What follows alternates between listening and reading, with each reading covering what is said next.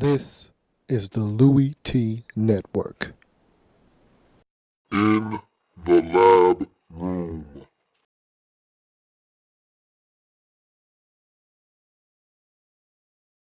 Welcome. You're in the lab room. I'm your host, Lou. Thank you for joining me. I'm here to talk about the Ravens taking on the Houston Texans. Baltimore Ravens at home in this football game. A lot of penalties.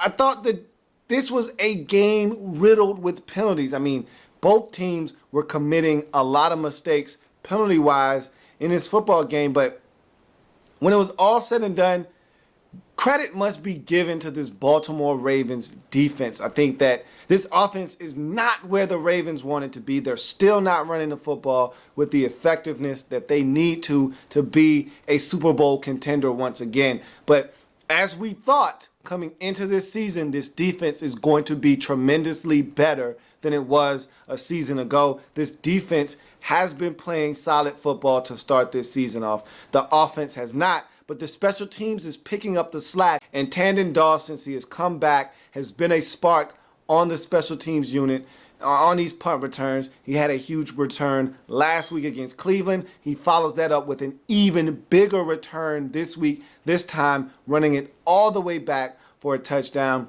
And the special teams played a huge part with Tandon Dawes having that return. But the game-breaking, game-changing play was the interception return for a touchdown by the newly acquired Darryl Smith.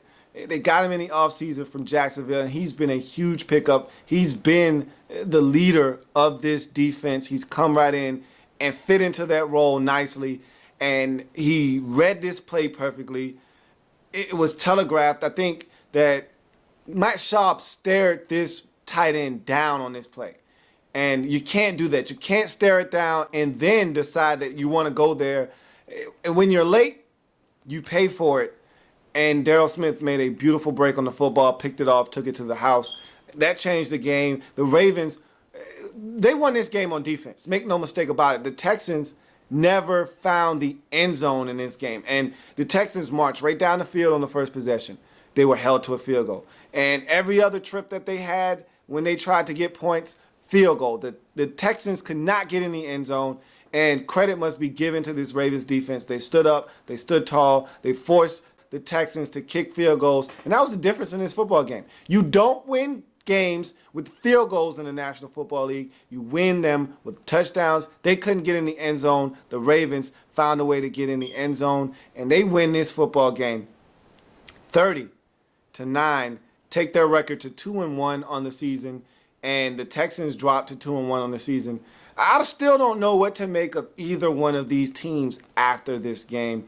I will say this, I feel a lot more comfortable about this Ravens defense. They look like they're starting to figure out their roles, and everyone is starting to, look, I love James Ahitabo. I mean, this guy is everywhere.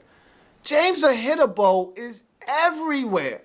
And he's aggressive. He's filling that Bernard Pollard role beautifully. And right now, to me, him and Darryl Smith seem to be the two cogs on defense right now that has this Ravens defense like a well-oiled machine. And so they haven't missed a beat defensively. They've been playing good football. And to me, their defense has been spearheaded by Darryl Smith and James Ahitabo. They get it done 30-9. Special teams helps out. Ravens go to 2-1. Texans drop to 2-1. And if you're a Texans fan, ugly loss on the road.